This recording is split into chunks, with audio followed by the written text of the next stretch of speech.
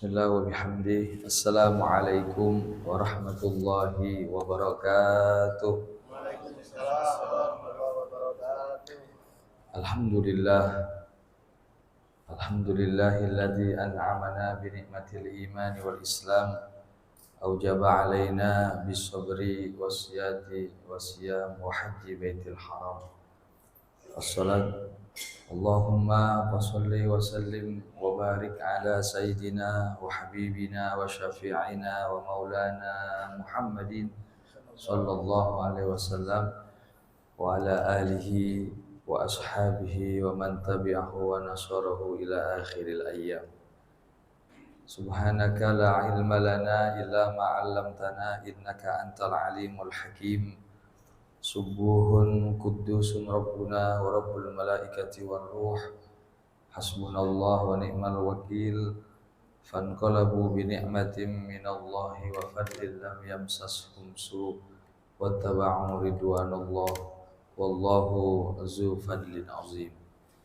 Allahumma aslih ummata Muhammadin sallallahu alaihi wasallam wa farrij an ummati Muhammadin sallallahu alaihi wasallam warham ummata Muhammadin sallallahu alaihi wasallam wansur wahfaz wa ayyid nahdatal watani fil alamin bihaqqi Muhammadin sallallahu alaihi wasallam. Allahumma anfa'na bima 'allamtana wa 'allimna ma yanfa'una rabbi zidna ilma amin ya rabbal alamin. Hadratul mukarramin wal mukarramat yang kami muliakan, bapak-bapak, ibu-ibu, jamaah salat zuhur, keluarga besar PT ABC, yang insyaallah apa yang sudah kita laksanakan, wabil khusus salat zuhur berjamaah kita dan juga rangkaian aktivitas kita, semoga semua bernilai ibadah di hadapan Allah Subhanahu wa taala. Amin ya rabbal alamin. Alhamdulillah, kali ini kembali kita bermuajahah dalam kegiatan kajian atau kultum ba'da zuhur, di mana tak terasa kita sudah memasuki 10 hari pertama di bulan Dzulqa'dah. Ya, setelah Ramadan kita masuk bulan Syawal, kita menyambung silaturahim sesama manusia, sesama keluarga. Kemudian ada yang tahun ini dipilih oleh Allah untuk menyambung silaturahimnya, bukan hanya sesama keluarga, sahabat, handai tolan yang sekampung, seketurunan, tapi ini menyambung silaturahmi kepada seluruh manusia sealam jagat raya. Merekalah yang hari ini ya sebahagian satu kelompok demi satu kelompok sudah meninggalkan tanah air kita, menjadi tamunya Allah, menjadi orang-orang yang tahun ini melaksanakan ibadah haji dan umrah. Kita doakan mudah-mudahan yang tahun ini sudah terpilih menjadi duyufur rahman, semoga kiranya mereka dapat berangkat dalam keadaan baik, selamat, bisa melaksanakan rangkaian manasik dengan sempurna dan kembali ke tanah air membawa haji yang mabrur. Amin ya rabbal alamin.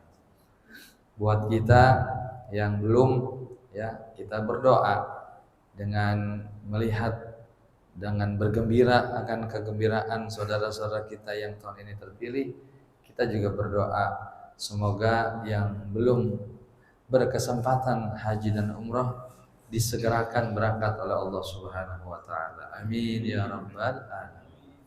Buat yang sudah haji, sudah umrah, kita juga berdoa agar bisa menjaga nilai-nilai kemabruran ibadah hajinya. Amin ya rabbal alamin.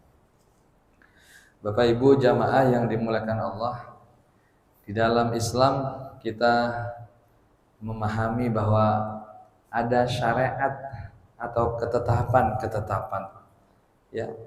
Di antaranya tentunya adalah yang kita kenal dengan rukun Islam. Rukun Islam ada 5, syahadat, kemudian sholat, zakat, puasa, dan pergi haji jika mampu. Oleh karena itu, ketika kita bicara ibadah haji, Maka ini adalah bicara kepentingan bagaimana kita ingin menyempurnakan Islam kita.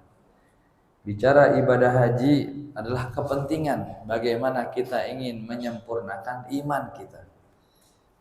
Jadi jangan sampai kita yang sangat bersyukur jadi umat Islam yang sedang berjuang menjaga iman, kemudian kita tidak peduli dengan urusan ibadah haji. Masya Allah, para jamaah yang dirahmati Allah, dari semua bagian syariat-syariat yang kita miliki, yang hanya dikerjakan seumur hidup, wajibnya hanya sekali, yaitu ibadah haji. Udah sekali doang seumur hidup. Ya. Nah, inilah menjadi suatu penting bagi kita untuk membicarakan yang jarang ini, yang langka ini. Nah, oleh karena apa? Oleh karena ibadah haji juga satu-satunya ibadah yang waktunya terbatas, tempatnya juga terbatas. Kalau ibadah sholat, boleh nggak sholat di rumah? Boleh. Boleh nggak sholat di tempat kerja? Boleh. Boleh sholat di kendaraan? Boleh. Tapi kalau ibadah haji, biar kita mampu membangun tempat yang mirip-mirip kayak Ka'bah, nggak boleh kecuali di sana. Kita wukuf di padang Arafah, seandainya ada lagi di belahan dunia yang lain suatu padang yang mirip sama Arafah, tetap nggak boleh ngerjainnya kecuali di sana. Maka ini memiliki kepentingan bagi kita, sebagaimana Allah Subhanahu wa taala berfirman, Bismillahirrahmanirrahim, walillahi 'alan nasi hajjul baiti man istata'a ilaihi sabila wa man kafara fa innallaha ghaniyyun 'anil 'alamin. Al-Qur'annya bilang, walillahi 'alan nasi hajjul baiti man istata'a ilaihi sabila. Dan wajib hukumnya bagi semua manusia untuk melaksanakan ibadah haji kepada Allah bagi yang sanggup. Nah, ini para jamaah sekalian, perintah ibadah haji ini tertujunya walillahi 'alan nas. Kewajibannya kepada manusia secara keseluruhan, bukan kepada orang-orang yang beriman.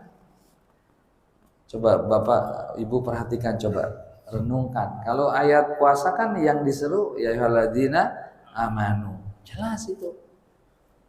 Tapi kalau ibadah haji ini adalah panggilan kemanusiaan, di mana dalam unsur kemanusiaan kita ini, dalam diri kita ini ada quwwatul ilahiyah, ada kekuatan Allah dalam diri kita yang dia akan menyambut panggilan Allah Subhanahu wa taala ini, yaitu melaksanakan ibadah haji. Jadi barometernya siapa aja Ustaz yang bisa haji? Semua bisa haji. Waman kafara, tapi Allah bilang siapa yang ingkar dengan perintah ini, maka Allah jawab, sesungguhnya Allah amat kaya, ya, amat kaya dari seluruh alam semesta beserta isinya. Jadi ibadah haji itu tidak saklek syaratnya. Ibadah haji itu tidak harus disyaratkan alim. Saya mau tanya Bapak-bapak, ada orang baru masuk Islam mu'alaf, boleh nggak pergi haji? Boleh, nggak ada syaratnya. Syaratnya udah Islam 10 tahun, nggak ada syaratnya. Ada orang menang judi nih, terus dia pakai pergi haji, dilarang nggak? Siapa yang larang dia? Itu boleh Ustaz, bukan bicara boleh, artinya memang tidak seperti umpamanya kita sholat, ya kan? Ini ibadah haji. Maka siapa yang tidak mau berangkat haji seakan-akan, nah begitu kira-kira, dia sedang merendahkan kekuasaan Allah. Tuh, takutnya di situ. Emang kenapa nggak berangkat haji? Ya, duit dari mana saya? Nah, mulai itu, ya, merasa perintah Allah ini beban bagi dirinya. Padahal jangankan Allah sang Maha Diraja, Bapak-bapak, ibu-ibu kerja di ABC, tiba-tiba disuruh sama perusahaan mewakili kantor, mewakili perusahaan, sama tanya kira-kira, diongkosin nggak? Hah? Diongkosin. Pak Nasib tolong belajar ke Jepang, umpamanya gitu. Selama seminggu, diongkosin perusahaan yang punya perintah. Tapi kalau jawabannya Pak Nasib, maaf Pak, saya nggak mau, saya nggak punya uang. Tersinggung nggak perusahaan? Tersinggung. Berapa banyak orang tidak mau berangkat haji, tidak mau berangkat umroh, dia terjebak pada pemahaman tidak punya ongkos. Padahal tugas kita adalah menyambut panggilan Allah. Sungguh-sungguh kita menyambut, bahasa kita mah nyaut, bahasa kita apa? Nyaut, dipanggil nyaut. Nanti biarlah cara Allah untuk menjalankan kita dari tanah air menuju tanah suci, insya Allah. Ya, makanya kisah-kisahnya banyak, hal-hal yang tidak terduga, sampai dibikin film lah, sinetron lah. Ada tukang bubur naik haji, ada tukang urut, ada macam-macam. Saking ini menunjukkan bahwa kerinduan hati orang-orang yang beriman itulah yang dilihat oleh Allah Subhanahu wa ta'ala. Ini mudah-mudahan bapak-bapak, ibu-ibu nih hatinya rindu untuk bisa berziarah ke Mekah dan juga berziarah ke makam baginda Nabi besar Muhammad sallallahu alaihi wasallam. Nah, Bapak Ibu jamaah yang dirahmati Allah Subhanahu wa taala. Sama seperti halnya ibadah-ibadah yang lain. Syahadat, salat, zakat, puasa, haji juga memiliki tujuan yang utama, yang mulia. Sama nih tujuannya, agar lewat haji kita meraih menjadi orang-orang yang bertakwa. Sama. Cuman ada uniknya. Ada uniknya ketika kita bicara puasa yang baru kemarin kita tinggal. Itu pencapaian derajat takwa itu sangat nyata. Di ujung ayat puasa Allah berfirman, la'allakum tattaqun, agar kamu bertakwa. Agar kamu bertakwa. Jadi perintah takwanya itu sebagai bagian dari doa. Ya. Tapi di dalam bicara masalah haji, ya Allah Subhanahu wa taala menjelaskan di Al-Qur'an, bismillahirrahmanirrahim. Al-hajju ashhurum ma'lumat. Faman farada fihinnal hajja fala rafasa wala fusuqa wala jidala fil hajj. Wa ma taf'alu min khairi ya'lamhu Allah. وَتَزَوَّدُوا فَإِنَّ خَيْرَ الزَّادِ التَّقْوَى وَاتَّقُونِي يَا أُولِي الْأَلْبَابِ. Subhanallah. Nah, di ayat ini Allah merangkai perintah bulan haji dengan aturan-aturan, kemudian di ujung ada perintah وَتَزَوَّدُوا, berbekallah kamu. Fa inna khairaz zadit taqwa, maka bekal yang terbaik adalah takwa. Wattaquni ya ulil albab, bertakwalah kepadaku wahai orang-orang yang cerdas. Jadi kalau di ayat yang lain sifatnya agar kalian bertakwa, masih prosesnya. Tapi bicara ibadah haji, perintahnya berbekallah kalian, dan bekal yang terbaik adalah takwa. Jadi seakan-akan kalau udah haji mah takwanya udah berbentuk. Jelas nggak nih Pak kira-kira? Ya, kalau bahasa orang bilang, ya udah mudah-mudahan kamu untung. Ya, seperti contohnya ya Pak Suroto cerita, Ustadz, saya punya kantin. Saya bilang, semoga beruntung. Sama bedanya di mana? Ustaz, saya punya kantin. Ya udah siap, Pak, saya order 100 box nasi. Kalau tadi cuma semoga beruntung. Kalau ini bukan semoga beruntung, tapi udah memberikan keuntungan. Keuntungannya berbentuk.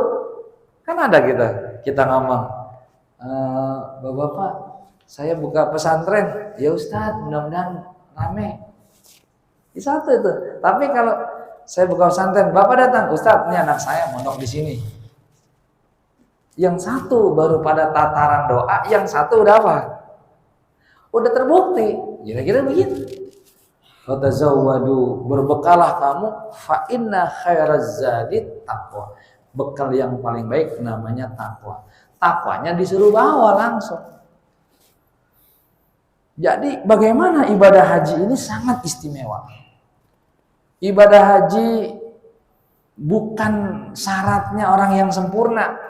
Kenapa? Karena orang yang tidak sempurna pun dia boleh datang karena di sana yang didatengin zat yang maha sempurna.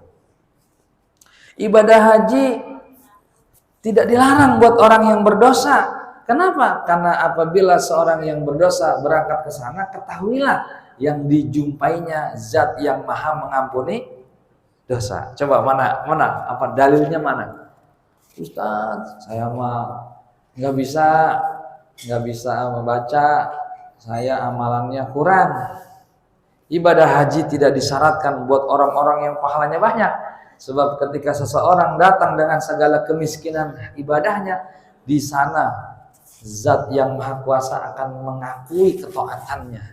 Apa di ayat yang lain dikatakan, wa may yu'azzim sya'airallah fa innaha min taqwal qulub. Kata Allah, siapa yang mengagungkan syiar-syiarku, kata Allah, dia hatinya udah jadi hati yang bertakwa. Kita ganti baju, ya kan? Yang tentara banget, nyampe sono kainnya putih. Betul. Yang presiden banget, yang kiai banget, kiai sama tukang ojek di sono pakaiannya sama.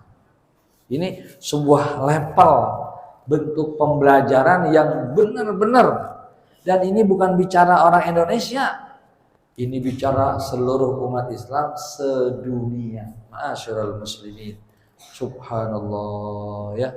Maka ayo Bapak Ibu, saya mengajak nih di kesempatan bulan yang barokah ini ya, kita mengajak ya. Kalau ntar kan bulan depan dekat Idul Adha, bahasannya apa? Potong kambing, ya enggak? Kalau sekarang ini membangun cinta, supaya bapak-bapak ibu-ibu kencang lagi niatnya ya.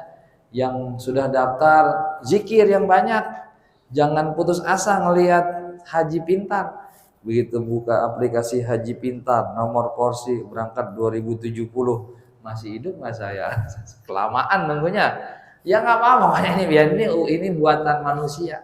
Tapi kalau buatan Allah, innama amruhu idza arada syai'an ayyaqula lahu. Bisa aja tiba-tiba 5 tahun, kenapa enggak? Bagi Allah nggak ada yang susah. Terakhir, ini landasan supaya kita benar-benar serius. Ya, di dalam hadis baginda Nabi Muhammad SAW, itu Nabi pernah memberikan peringatan kepada sahabat tentunya saat itu dan kepada kita. Qala Rasulullah SAW, man malaka zadan wa rahilatan tuballighu ila baitillah falam yahujja fala yamutu annahu yahudiyan aw nasraniyan. Tuh Pak Bu, kata Rasulullah SAW, siapa orang yang memiliki harta dan kendaraan yang bisa mengantarkan dia pergi ke tanah suci, berangkat haji dan umrah, kemudian dia tidak berangkat melaksanakan hajinya, maka tidaklah dia mati kecuali milih matinya Yahudi atau Nasrani. Nauzubillahi min. Ya Allah Ustaz, baba saya belum haji, emak saya belum haji. Nah, inilah ada perintah juga ada jalan. Ya, nggak mungkin Allah nyuruh perintah nggak dikasih caranya. Maka siapa yang sampai sudah meninggal karena uzur syar'i yang nggak sempat mikirin karena ngurusin anak, betul, karena kondisi, maka ada yang namanya badal haji. Makanya tenang. Tapi ingat, itu yang udah meninggal. Jangan yang masih hidup ngomongnya begini, saya pengen dibadalin, berarti sesungguhnya dia sedang minta pengen. Ustaz, saya nggak siap, saya haji, saya sibuk, boleh nggak dibadalin? Boleh. Bahkan badal haji lebih murah. Bu, haji reguler 60 juta. Haji plus 250 juta. Yang paling murah haji badal 10 juta. Mau Bu? Mau Pak? Mau Ustaz, murah. Syaratnya mati dulu, meninggal dulu. Ya itu jangan. Nah, makanya yang orang tua kita nggak telusurin kenapa dulu orang tua kita enggak berangkat haji. Sudah husnuzon. Sekarang kita anaknya badalkan haji orang tua kita.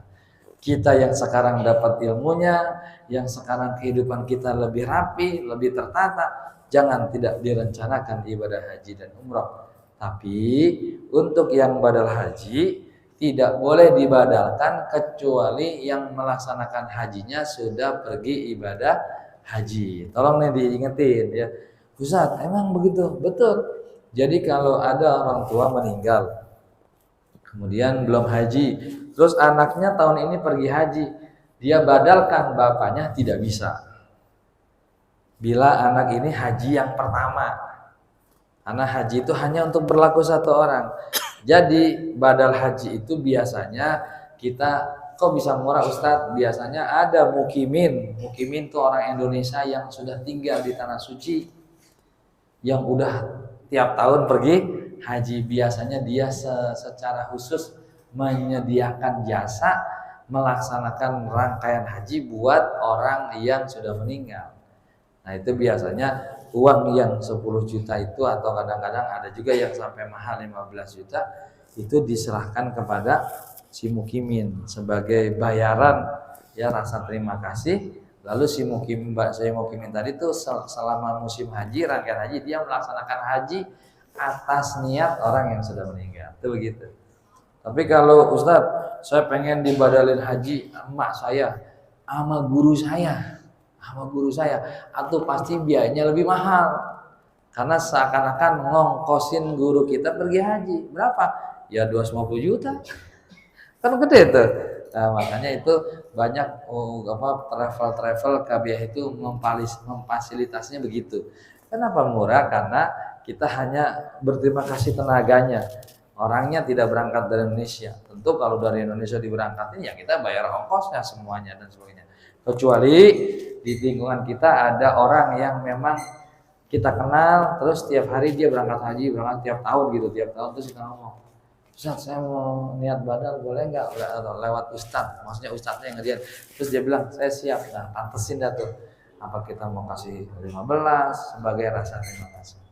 Yuk kita baca Al-Fatihah, mudah-mudahan karomah barokah daripada musim haji yang sudah masuk bukan saja berlimpah kepada mereka yang sedang melaksanakan haji dan akad, tapi juga kita yang mendoakan mereka, yang menjaga keluarga mereka, yang mengurus anak mereka, yang menghargai atau melindungi mereka punya urusan di masing-masing dekat kita. Kata Nabi itu juga dapat pahala seperti orang haji. Makanya mudah-mudahan bila ada di tahun ini dari keluarga besar ABS yang berangkat haji, ya nanti kita doakan semoga perjalanan selamat pulang dengan buah haji mabrur. Dan buat kita semua di tahun ini ya semoga Allah berikan segala apa yang menjadi hajat-hajat kita. Allah selesaikan urusan-urusan yang mungkin tahun kemarin sebelum Ramadan belum selesai. Semua kita hanya bersandar dan memohon kepada Allah. Bisirril Fatihah. A'udzubillahi minasyaitonirrajim. Bismillahirrahmanirrahim.